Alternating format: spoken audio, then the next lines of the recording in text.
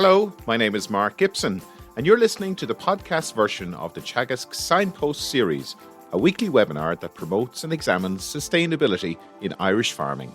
Good morning, and you're very welcome to this morning's Signpost webinar.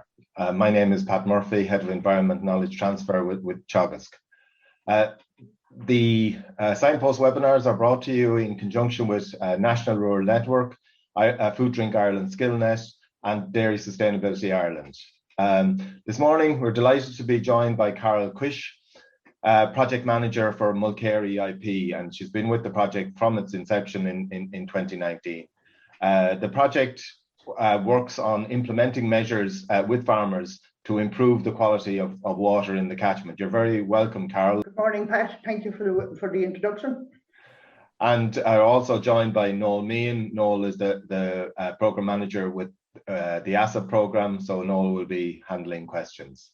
So Carol, you might just give us a brief introduction to yourself and your work in the EIP. Yes, indeed. As you mentioned there, this project kicked off in 2019, and in my presentation now we'll give a lot more detail, but we're based down in County Limerick and County Tipperary on the Mulkear River, which is a huge catchment of over 650 kilometres square, and it drains most of the farmland in South Tipperary, East Limerick. Okay. Well, if you're ready to go ahead, without further ado, we'll get you to begin your presentation. Mm-hmm. Good morning, everybody. As Pat says, I'm here to present the Mulkear European Innovation Partner Project, and my name is Carol, and I'm the Project Manager. And I'm broadcasting this morning from Palace Green in County Limerick, where our offices are located. And it's quite a pleasant morning down here. Yesterday morning, not so much so, but today is quite good. So just to give you a background of what I'm going to do, I'm going to give an overview. I'll give a brief background of the Mulkear Catchment, then the EIP project, and finally, I'm going to report on the findings to date with this project. So the project background. The project is a community and family project that commenced in the spring of 2019, and the project is co-funded by the Department of Agriculture, Food, Marine and EU, and we have a fund of approximately 1.17 million. The project team consists of a board of 3 members. We have a steering and advisory panel, also with 3 local members, who come with a vast array of both practical, commercial and research skill sets. And of course, we have our operational group. Now, meetings are ongoing with all these groups over the time. And as I said, I have been with the project from the outside, albeit in different roles. And there is also a part-time field officer working on the project. So the Mulkear River, the actual image of the catchment, it rises into the Slieve Fella Mountains, which are in the northeast of the catchment, and it flows a mostly northwesterly direction through a farm landscape before joining the lower Shannon at Annacotty. The catchment drains an area of approximately 650 metres square in counties Limerick and Tipperary, with approximately half the catchment in each county. There are several large tributaries to the Mulkear, including the Newport, the Carteen, the Dead, the Bilbo and the Newport. When I refer to the water body as the Mulkear River, I am really speaking about where the Dead and the Bilbo join, which is really the main stem, which is just west of the Palace Green village where I'm located, approximately 21 kilometres in length. The Mulkear catchment has been heavily influenced by arterial drainage works schemes over many years. Under the Drainage Act in 1978, the Reesc and the Dead, which are tributaries, had embankment construction, and the bed of the river was lowered at the old bridge in just down again, not quite far here from Palace Green. In the late 90s, a flood release scheme was undertaken on the Newport River, and later a bypass of the Bilbo River for Cappamore Village was built. The OPW and the local authorities carry out maintenance work, which is generally limited to embankment and structural damage. This of the 7 sub-catchments that we in the project are involved with. We have the Inch in the northeast of the catchment, which is in County Tipperary, the Toom and Capawhite, and the Data Mulkear, which straddle the county bounds, and then we have Mulkear 10 and Mulkear 20, which are in County Limerick. That's just an overview of the thing. So the project objectives, it set out to develop a collaborative approach with all the stakeholders, the wider community and the farmers. Now the relevant stakeholders here that we work with are the Agricultural Sustainable Support and Advisory Programme, ASSAP, the Local Authorities Water Programme, LawPro, the dairy co-ops within the catchment, there are 4, the local farming groups, and of course the farmers and the wider community. For each of the planned 60 farmers that we wanted to enlist to the project, we have undertaken very detailed farm assessments. We are also implementing on-farm mitigation measures, and we set out to devise a results-based agri-environmental scheme for the project. This project is slightly different from the other EIPs in that we are targeting water quality as opposed to habitat and our species. We are going to deliver farm discussion group meetings across the catchment, and there's also an outreach program part of the project, and this involves an environmental education program which we already have rolled out to the national schools in the catchment. Now this got slightly curtailed over the last year, but we will hope to get it back on track again in the coming season and this coming year. So as I said, we deal with the ASSAP, and we have the 4 co-ops, the dairy processing co-ops, being Kerry, Dairy Gold, Arvaughan and Tip, and then we also have the 2 chocolate advisors, Claire Mooney and Porrick are also operating in the area. We also deal very closely with the LawPro in the southeast and the southwest regions, and I would like very much to thank Ruth Hennessy for maps that she has supplied me with for today's presentation. So how have we selected our farmers for this project? Buy-in from the farming community had been very positive from the very outset, and we received in excess of 150 expression of interest forms. Now, we had the normal selection criteria for the planned 60 farmers, such as they had to have land within the catchment, they had to have active herd numbers, they had to be over 18 years of age. But we had 2 very important criteria that we implemented for this project. We didn't take all farmers on a first come, first served basis. We undertook an assessment of both the farm and the individual farmer. The field officer for the project walked all the relevant farms, and he scored each farm for the environment in their environmental risk, ranging from high, medium and low. And secondly, he assessed all the potential pressures on each of the water courses, and these were ranked from 1 to 3, with 3 being a major pressure of the water body. And very importantly, was the farmer attitude towards our project. We assessed each farmer's willingness to actively engage with the project and be proactive, being proactive to undertake the measures that we were asking him was also considered. As I say, that was very much part of our selection. The soil type is predominantly heavy with a very high clay content, and generally it's not suitable for tillage in the lower regions, and in the upper regions there's quite a lot of soils up there. It is generally very poor drainage and retains water in times of flood and in the winter months. The blue areas on this map here, the Mulkear Catchment is just here, are being classified as poorly drained, and the grazing season in the lower catchment is generally turn out around the 17th of March, and cattle are usually back in the sheds down here by mid-October. Now, that's just a good average. There is extensions on both sides of that, but on average, that's a fair reflection of what goes on down here. This map or bar chart, I'm sure we've all seen. It shows the values of the waters, the rivers in Ireland, with the blue bars here being the high quality down to bad. The blue will obviously be the pristine waters. With this again, all rivers in the Mulkear catchment have been assessed under this, and not only is the ecological status assessed, but the physiochemical elements and the hydromorphology elements.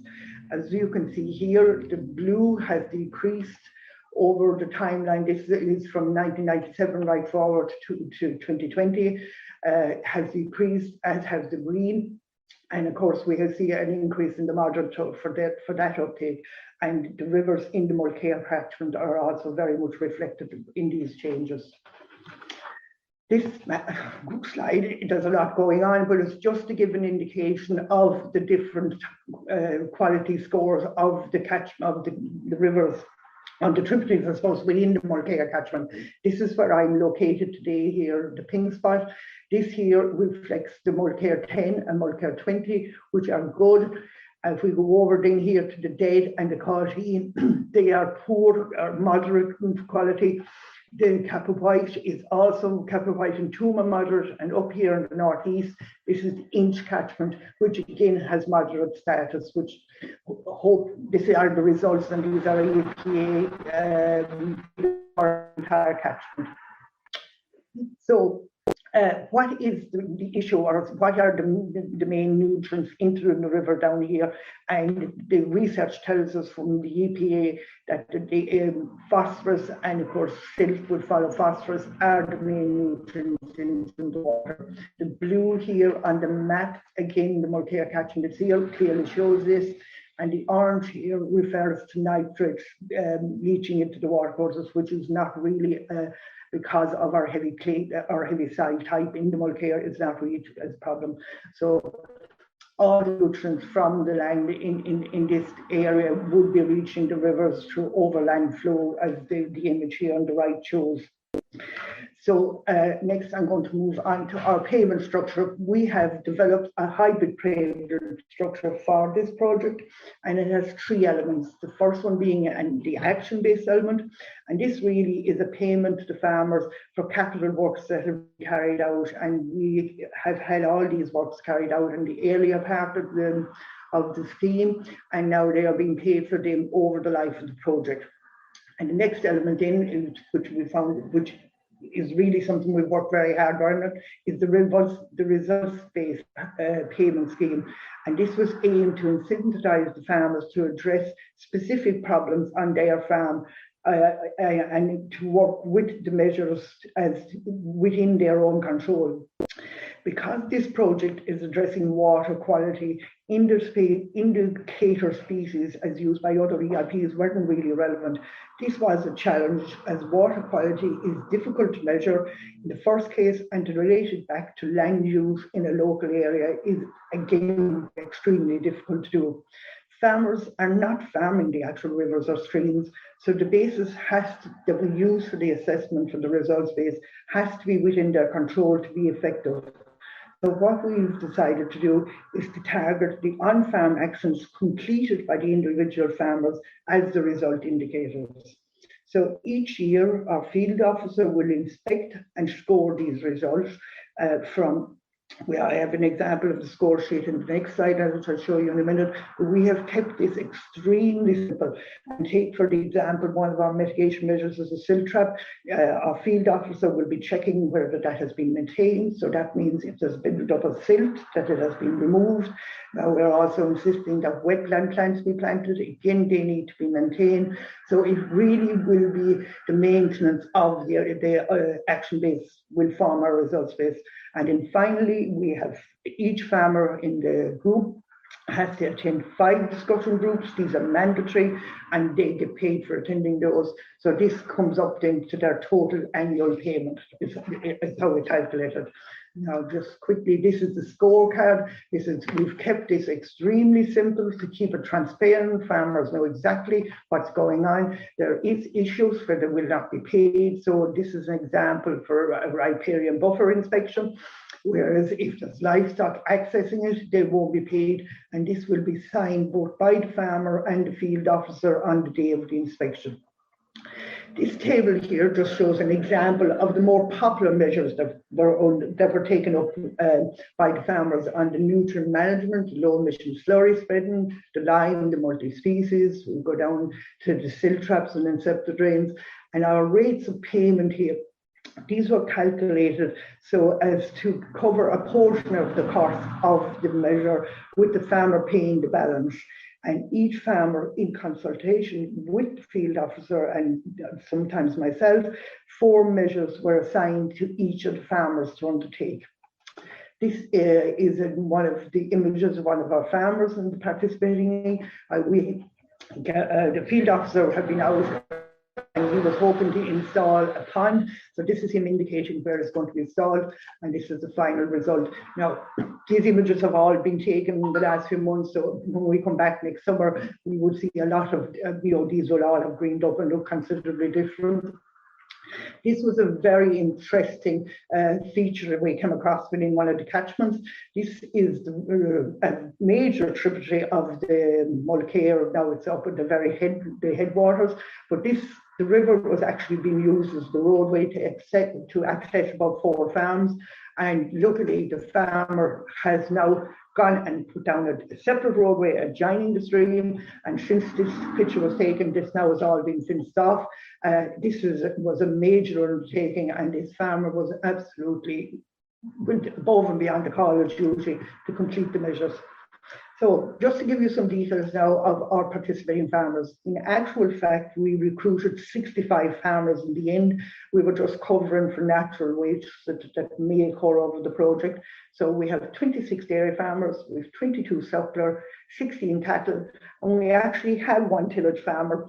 And this man is growing oats for Flavins. He's just quite near Tipperary town. A very, very interesting man to deal with. So this is a location of the 65 participant farmers. As you can see, they're quite dispersed. The white line here is the county bound, so maybe Limerick are shading it a fraction, but this group over here is that inch catchment that I spoke to you about earlier, and all the rest are dispersed across the other catchments that we're working on. And just a little interesting map that I had created for today's presentation. This again just shows in the yellow dots where the farmers are, but now we've also put in all the tributaries that flow within our catchment. And as you can see, there's a vast array of them. And in actual fact, these just show the water bodies, the natural water bodies, but with the arterial drainage, we have an awful lot of main drains running across the catchment, and they are actually not in the image, so there actually is more water bodies within the catchment than what it is. So every farmer within this catchment is not very far from a watercourse that leads into the Mulkear River. So our participating farmers, as I said earlier, each farmer was assessed for his environmental risk, and 37% of our participating farmers have high environmental risk, 28 are low, and 35 are moderate. Generally, the dairy farmers were within the high, and the moderate and low were our cattle and suckler farmers. So this is the percentage of area involved in the land area involved in the project. We have in total 3,200 hectares. Again, the dairy sector have the highest portion of this, and they have 40%, whereas suckler is 34%, cattle 25%, and the others are just down at 106. That's our tillage farmer. So the stocking rate for the catchment is for the average stocking rate was 208 livestock units per hectare, whereas the dairy was 230, the suckler 202, and the cattle sector at the lowest of 188. So then we looked at also the organic kilograms of nitrogen per hectare. Again, the average for all our 65 farmers is 145 kgs, the dairy being the highest at 177, suckler 106, and our cattle at 112 kilograms of nitrogen per hectare. So the uptake of measures by the different farming sectors, both the water access supply mitigation measures and the nutrient management, which is the down here in the green, is the 28 and 29, had the highest uptake, which we were very pleased with because these are so topical at the moment. But the one that we were very disappointed with was the uptake of installing riparian zones or buffer zones, and these are both riparian and infield zones.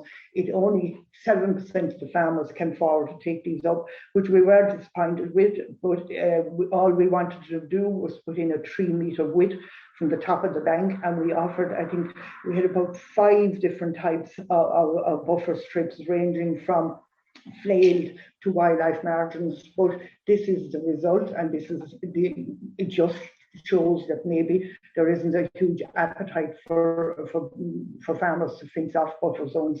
That certainly wasn't within the Mulkear. So in total, there was 252 measures that we wanted our 65 farmers to complete last year, and we had over a 95% completion rate on this, which we were very, very pleased with. Of the farmers who didn't complete, 8 out of 10 of the farmers who didn't complete the 4 measures, they did complete 3 measures, and then 1 farmer only just completed 1 measure. And the reasons that they weren't completed were, on the whole, genuine farmers, and most of these farmers have agreed to undertake these measures in the coming year. So we're accepting that. Is a little busy again, but this just shows a little more detail the specific measures we had. As I said, 28 in total. Now up at the top here with the fencing the watercourses, the lime, the multi-species, which we were very pleased with the uptake in that, and then the solar pumps and the silt traps, and the images here are all from our catchment. So this is just to show you, we had an array of silt traps in channel ponds, settlement ponds carried out. These were designed in cooperation with the farmer and our field officer, and the images here just really highlight that they were built to suit each specific farmer. They weren't bespoke. Now, with the silt traps, there had to be 3 chambers, but we really tailored them to the specific farms, and a lot of time designing out, and the field officers spent an awful lot of time designing these different type systems for different farmers.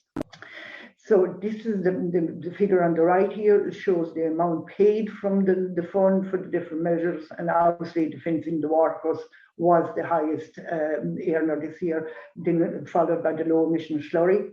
And the image here on the left is a pond that was never in existence previously. This is located on a farm that had very high hilly ground down to the corner of the field. And this farmer went above and beyond what was required, and he's put in a very, very high standard of a pond here.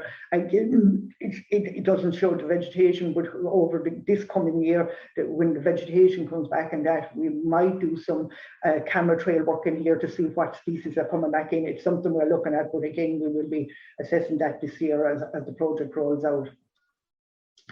So we also ran, this was another part, as I said, for the payment, these farmer discussion groups. Now, each farmer had to attend 5 of these, and this just gives the list on the left there just gives an idea of the topics that were covered, on-farm nutrient pathways, the soil fertility, the timing and application of all the nutrients from slurry, farmyard fertilizer, and nutrient management plan. Now, these will be continuing over the life of the project. Now, we were a little unlucky last year in that we had to completely reorganize the plan format and schedule of these because of, we won't mention what happened, but we got there. Now we had to eventually resort to holding them in sheds, and we had to run, they had to be condensed in so much time or timeline of what we were planning. But in actual fact, they worked out really well because we were getting them time value or face value with the farmers every 3 weeks over the months of September, October, November, when the measures were being done. And it really did help that they were meeting us, they could discuss their issues, their problems. I think it actually helped, and we built up a great camaraderie. Now, We divided our 65 farmers into 5 groups, and we organised them for 5 consecutive evenings each week that we ran them. So this really worked out well in that farmers who had, for whatever reasons, local funerals, children going off to do extracurricular stuff, that once they contacted me, I could slot them into another evening. So the final result was that we had over 98% attendance at the discussion group meetings, which we were very, very pleased with. So just to give an idea of some of the project finances, the overall budget of the 1.17 was broken down, so 71% for project implementation, 23.5% for the administration, and then there's 5.5% for outreach, dissemination of the project at the end. So each farmer, each of our 65 farmers has the potential to earn 7,000 over the life of the project. Now, I just here the inch catchment. Just picking an example of one of the catchments. The green hatched area here shows the farmers in this. We have 9 farmers in this catchment. It's not a very big catchment, and it's up in the uplands. But we have 2 dairy farmers in here, and the rest of beef and suckler. Now, all the farmers in this catchment are more or less involved. Now, there is a location here where I'm pointing to where farmer is not involved, but he is probably one of the most environmentally aware farmers that I have met in the last 2 to 3 years. And when we assessed his farm, he had no environmental risk. He was very happy to be involved, but we certainly could do nothing for him because he was doing it all himself. Now, this catchment also has quite a bit of forestry, as you can see here, and this area here is an actual working bog where people are still cutting turf out of it every year. Now, there are 2 EPA water catchment monitoring points here. There's one here in the middle of the catchment, and then there's the other one is down here, right where it leaves where it joins the confluence of the Bilbo River. It rises further up here just before it joins the Bilbo River. And LAWSAT, or especially in the southeast, are keeping us abreast of the water quality here. Currently, the water quality in this catchment is moderate, but because we have such a large involvement here, we will possibly see an improvement. And we have put in things like a large sections of this catchment that have now been fenced, that were been previously. There's 4 or 5 solar pumps and pasture pumps gone in there. There's 3 or 4 silt traps gone in. There's been a great uptake of measures. There's 2 new ponds after being built by the farmer down here. So it's just to give an idea of at the catchment level what the project is actually undertaking. Okay. So the next thing we're looking at, what are the next steps that we're going to undertake for the project? So first of all, the field officer will be creating nutrient management plans and slurry risk assessments, fertilizer risk maps for each of the farmer. This is just to give an idea here on the right. Now, for nutrient management plans, my field officer has a great saying that what is not measured cannot be managed. And he has been promoting all of last year on the discussion groups that our farmers need up-to-date soil tests. So look at the new pilot soil sampling program came online at around the same time we were at our discussion groups, and over 80% of the farmers that need to have soil tests done have been accepted into that program, which is absolutely excellent. And most of the soil testing now has been undertaken in the catchment, and we're expecting results back in the next few days. So to have accurate nutrient management plans, the field officer has to be aware of the actual pH levels, and he will also create for each of our farmers literally a prescription for each of their fields on what slurry application, does it need it, if fertilizer, this will all be prepared for him, and then he will go out and sit at the kitchen table and go through this in detail with each the farmer. Now, we've spoken to the farmers and they're very excited to get this map, and they really appreciate the fact that we're going to sit down with them individually and go through it. We want to carry out an attitudinal questionnaire. Again, this was planned for last year but had to be postponed. At one of our discussion group meetings, one of our farmers asked a very relevant question: what about analysing our slurry to see again what nutrients or what are the component of nutrients in it? So the field officer and myself are at the moment planning an experimental protocol for this. We haven't quite worked out, but we will certainly be looking at the 3 farming enterprises that we have in the project, and we'll probably also look at maybe the addition of those commercial biological additives that are currently on the marketplace. And then finally, one other task that we have now just recently commenced is a water monitoring pilot scheme in order to evaluate the success of the on-farm mitigation measures that we have installed, and we have sought advice, and we are collaborating with the Chemistry Research Department in DCU, and then we're just about to start a pilot scheme on this, where we will undertake roughly about 9 assays from each water sample, and then we will judge whether we need to take, when the initial pilot is complete, we will judge whether we need to take this further or not. So one other little thing, if we are feeling that sometimes we don't be busy enough down here in Mulkear, we entered into a collaboration last year with Vincent Wildlife Trust for a little project for the conservation of this little creature here who's called the lesser horseshoe bat.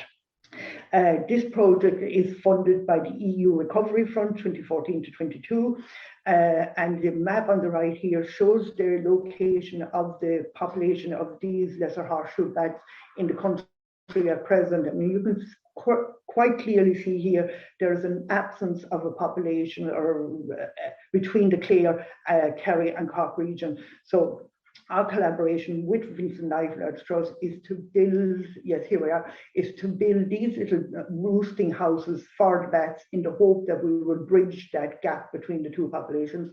And this map here shows that some of the areas where to date we have 7 farmers now have commenced, have signed contracts for this, are actually some of the existing farmers, and it's just slightly northeast of where we're working at the moment. So again, it's not a long project, it's only for a year.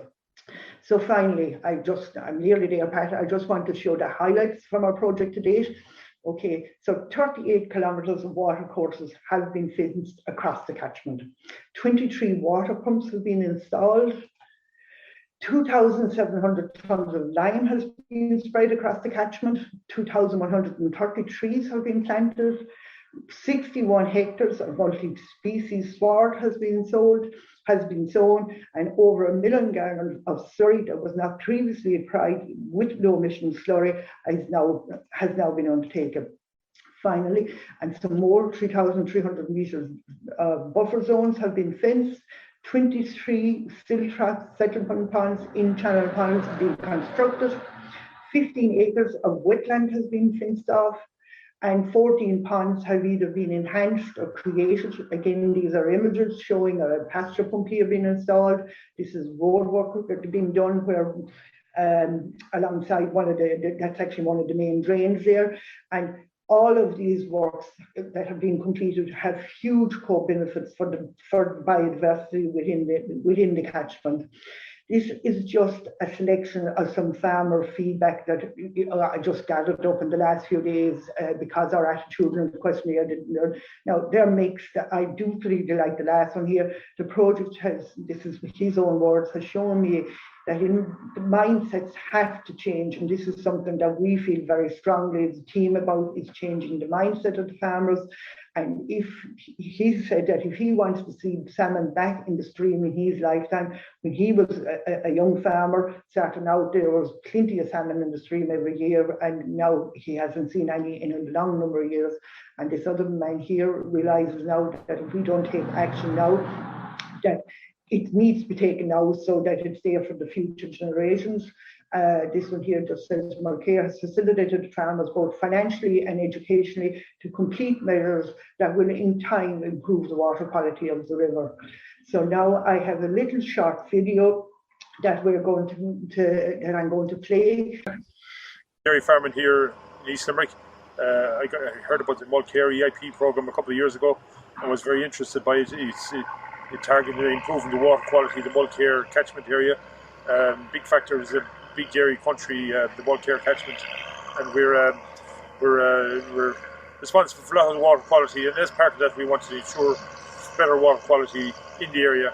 And so I've taken on 4 actions here on the farm, try and improve the water quality and biodiversity on the farm. And we're standing in one of them. This is a multi-species sward I planted in August. We haven't got to graze it yet, so it's almost ready to be grazed. Performed very well. We're very happy with how it has taken. So weeds aren't too bad, so it's quite good. We're hoping to get better performance from this, from the cows, as well as reduced nitrogen inputs. We're hoping to get the same kilograms of dry matter per hectare with 150 kilograms of nitrogen as opposed to 250 kilograms of nitrogen on standard perennial ryegrass swards. So that's the hope here, is to reduce our nitrogen input into this and have the same performance, and actually better performance from our cows grazing this product. I've also spread a lot of lime. I spread over 100 tons of lime in the farm this year to keep my soil fertility right, so that I get best use out of my fertilizers that I spread here, that the pH levels are correct. And it also helps the clover incorporation that I've been carrying out here for a couple of years, where you need the pH at 6.2 to 6.5 in order to get a good take of clover. And we've seen the benefits of that this year, where we have good clover and a nice few swards, and we have reduced our nitrogen, chemical nitrogen, because of that.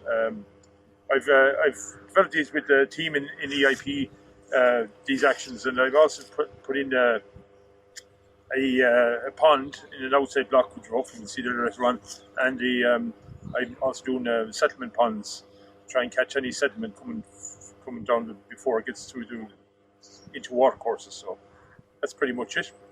Thanks very much. Thanks, Carol.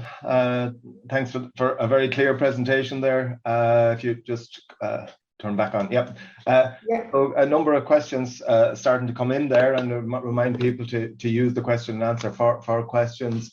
I suppose there's been a couple of questions as to why farmers were reluctant to uptake the riparian margins. Have you any reasoning behind that? Is it just the use of the land, or what are the issues there? I should be getting my feet off of myself. This is one that we were disappointed about. Basically, the monies that we were proposing now, it ranged from €3 a metre up to €5 a metre for the wildlife margins. That farmers obviously didn't consider that of equal value to what they could farm the land for. It's a finding. It is what it is, you know what I mean? But it was a disappointing, you know what I mean? And we had, as I say, we get 5 different options, but that is the finding of this project now. Okay, it's of interest to those of us who are looking at putting in those types of measures. In relation to the ponds, this sounds like probably one of the most widespread uses of ponds and silt traps across a landscape that probably we have. I presume it's too early to make any judgment of the effectiveness of them, but have you any initial feedback from them?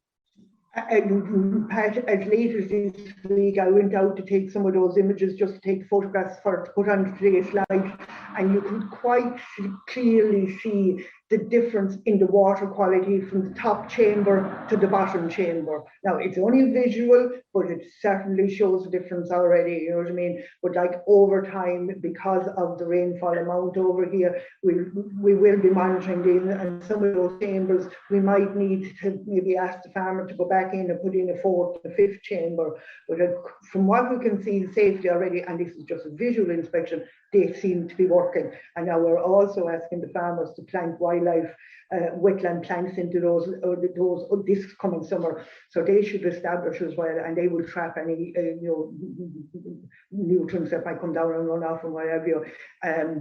Again, they're going to be a complete value to biodiversity, and especially those ponds that are gone in. Like there's phenomenal ponds gone in, and like once they start greening up and wildlife starts coming back into them, you know, as I say, we will monitor them over the next 2 years just to get some, you know, feedback on what's actually going on the ground out there.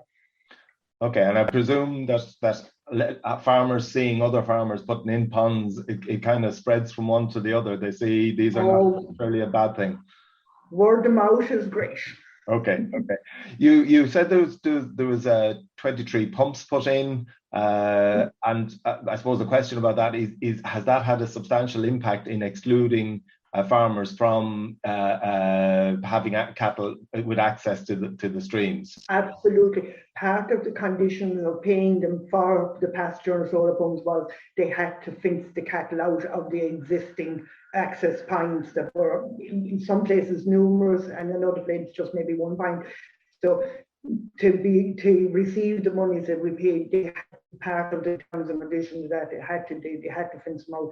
So, and like outside of that, we had over 37 or 8 kilometres also fenced off.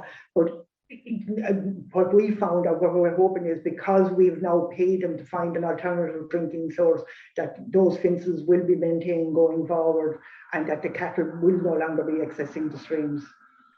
Okay, Noel, a lot of questions starting to come in there. Yeah, lots of questions coming in, and just to compliment you on a great presentation, Carol.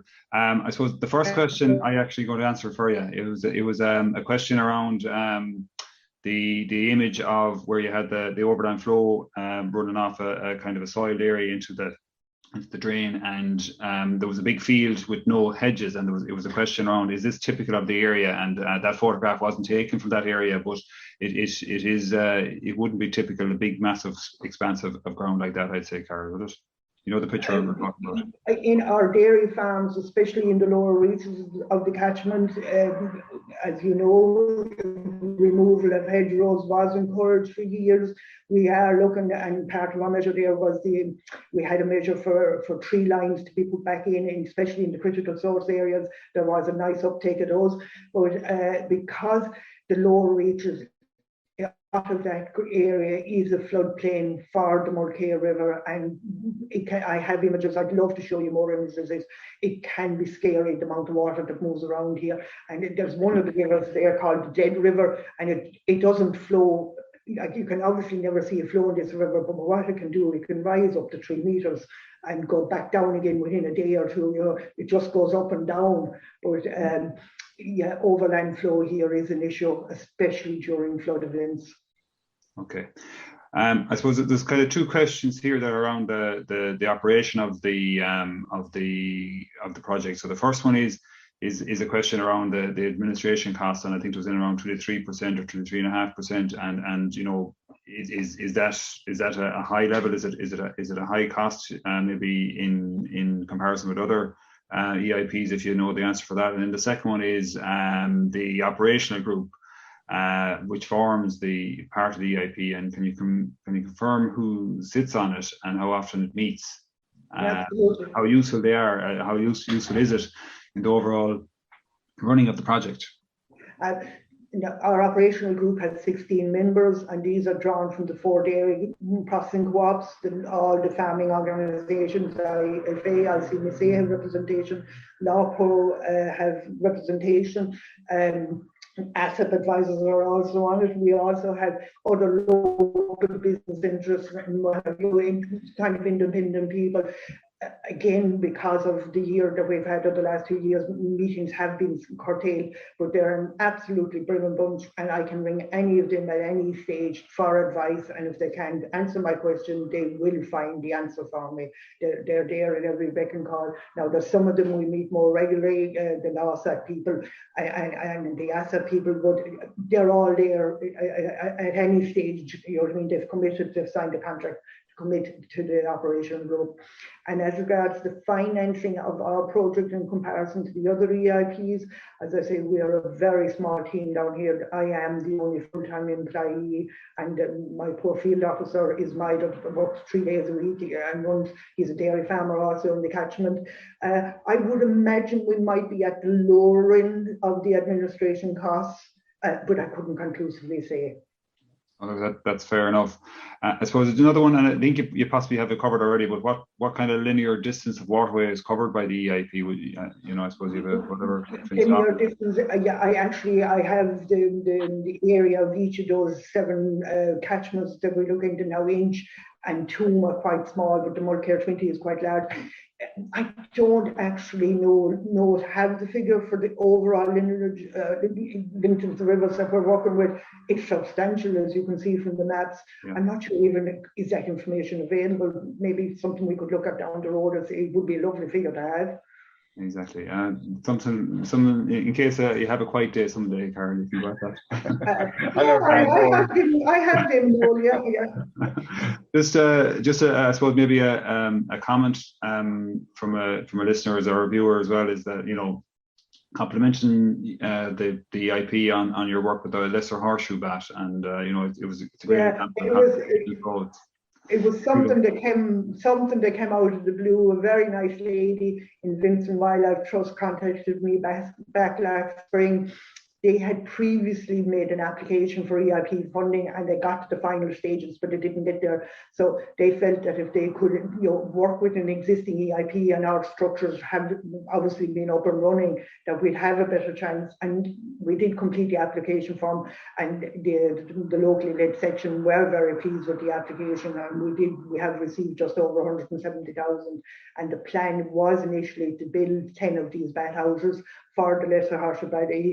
I sometime maybe we'll chat to the lady and Kate up in Vincent Wildlife Trust and Root. They're absolutely passionate about this bat species, and the fact that we have the knowledge on the ground down here, I think it will be very successful, and that hopefully over time we will see the population increase.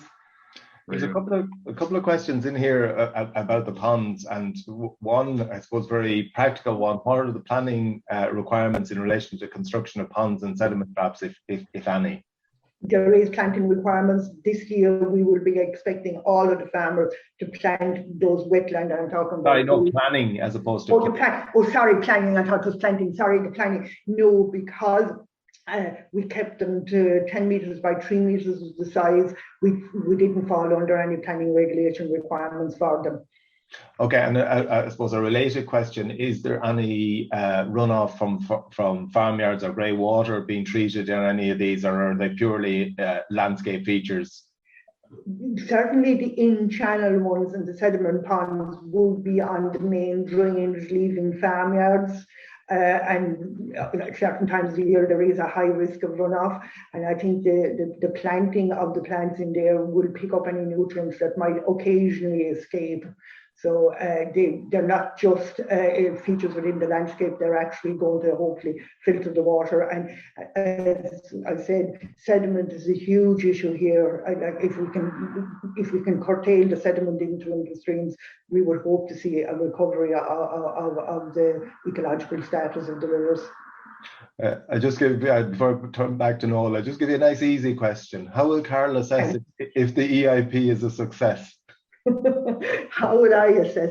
Well, yeah, I suppose so. Thank you. Thanks, Pat. It's terribly easy. There's a few learnings from this that if there was nothing to come out of it, and the one thing that my field officers, myself and the board, the local level involvement here, having the team literally in the middle of the catchment is essential. The face-to-face contact with our farmers is invaluable. Now, when we just take contacting them or giving them a notice of the group meetings, like I send out texts, some farmers don't answer texts. Now, I will say most of them have mobile phones for ringing, but they don't do texts. WhatsApp is not always available. So over time, I've now learned which farmers I specifically have to ring every time. I have a group of farmers that do WhatsApp, and the rest are on text. And I ask them to reply. And as we started rolling out the meetings, within 10 or 15 minutes of I sending out the web text, they'd be back in to say, yeah, we'll be there, or they'd come back and say, look, I can make that night, can you switch me over to another night? So that team on the ground here has been invaluable. And the other thing that we would really like to see is changing the mindset. Every farmer that I speak to want to do measures to improve the quality of the water down here. There is no unwillingness to do it, but they just need to know how to do it. And the learnings that will come from this should be replicated across many other catchments. I know. That's a very good comment.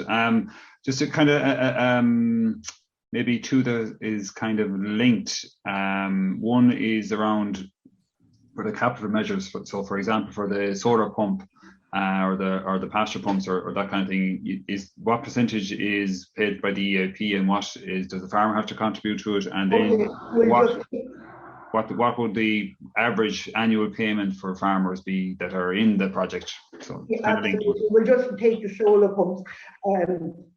We contributed €1,795 to the cost of solar pumps. Now, many of the farmers that put these in, they just covered the pumping of water, but these solar pumps also can, if you get, can have batteries or solar panels to operate electric fences, and a lot of these went into outside farms where there wasn't electricity, so a lot of them now opted for that option as well, to get the current to run the electric fences instead of maybe borrowing it from a neighbour or whatever. So they paid more than that, but it suited them, and that's all good going down the road, because it means that there's more fencing going in.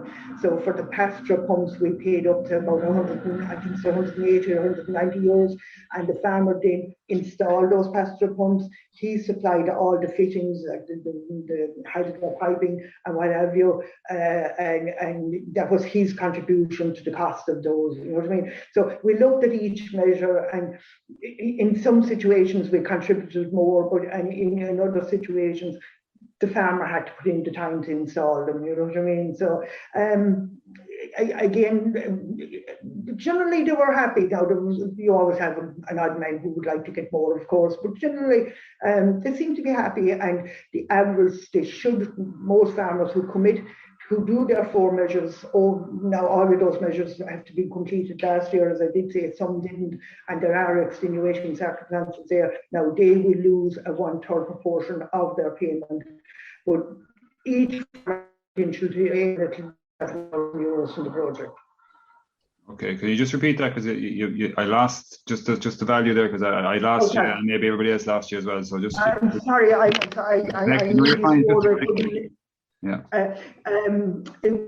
Each farmer has the potential to earn €7,000. Okay, that's fine. Now, a kind of maybe an unusual question, but one in here about are the solar pumps insured? And I presume that might be from, I don't know, either damage from use or maybe from being taken. Yes, the theft could be problem, and most of the farmers are very conscious of that, and they are located out in the way areas, you know what I mean? Yeah. Now, the solar pumps we put in, these will pump water up to a kilometre away, so you know what I mean? You don't have to have the pump and the water truck in the one location, and there is an image, I have it there somewhere, of a man that he's pumping it, and it's even up a slight incline that he's pumped them, and they're working really successful.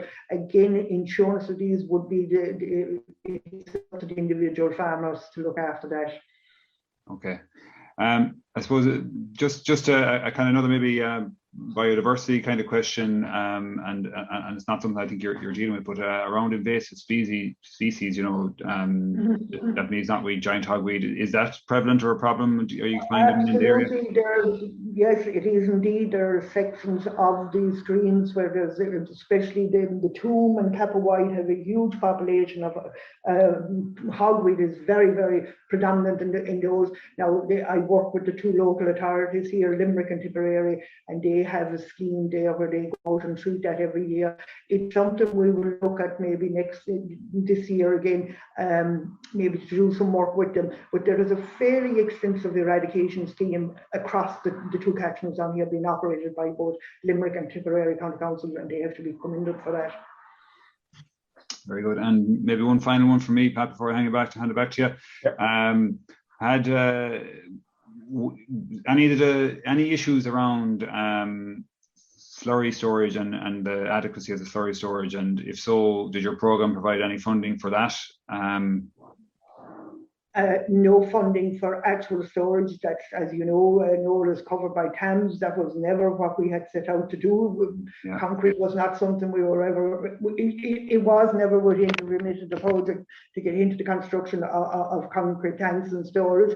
I'm sure there is farmers out of our 65 who maybe not have adequate storage. Our field officer would certainly talk to them about that, but like our measures are more environmentally friendly measures, I suppose, you know what I mean? We don't have the money. Yeah, that's fair enough. There's loads more questions there, Pat. I suppose one thing that there's a number, and I think I stopped you answering it before by when there was a question about there are questions about planting in relation to the ponds, and whether you're going to use reed beds or any other level of planting, or is it going to be natural regeneration? And actually, we had got great advice from a man down in Clare. He came up and spent a day with us when we were laying out these, and he went to so far as saying, get your spade, go out into the field and dig up natural occurring irises, and they will regenerate very, very quickly. So you're talking like bulrushes, and irises, they are naturally occurring in this landscape. Now, certainly it would be, I'm sure some of our farmers will try it now. I have an image there of a man that has put in a selection of wetland plants. Now, they will have to go in if that farmer is to receive his full payment at the end of this year. Okay, listen, thank you very much for, I think it's a really important project, because I think we are facing a lot of requirement to start being a lot more proactive about the measures we put in place in the landscape to protect water quality. It's not just only about nutrient management and management of farmyard. So it's a real learning opportunity, I think, for us all involved in this space. So thank you very much for your presentation. I think you just wanted to make a final comment. I did indeed, Pat. Without my 65 farmers who participate in this project, I certainly wouldn't be here today, and they have been truly inspirational. It's been an absolute pleasure to work with them. Okay, thank you very much, Carol. Thank you, Noel. And also thanks to our production team of Andy Boland and Yvonne Marr. Next week, we're kind of changing topic a little bit, and there has been the announcement by the government and the SEAI of the retrofit scheme. And I think it's timely then that we would have Matthew Carey from SEAI to talk to us about the National Heat decarbonisation study. I think it's an area that we will all be very interested in over the next number of years, as to how we turn our houses into from oil guzzling to climate neutral. So I think an insight from him next week should be really useful. So thanks very much to everyone for joining us, and we'll see you again next week. You've been listening to the podcast version of the Teagasc Signpost Series, the weekly webinar that promotes and examines sustainability in Irish farming. Don't forget to join us live every Friday morning for our latest webinar. For more, visit teagasc.ie. And you can also rate, review, and subscribe to the Signpost Series on Apple Podcasts, Spotify, or wherever you get your podcasts from. I'm Mark Gibson, and thanks for listening.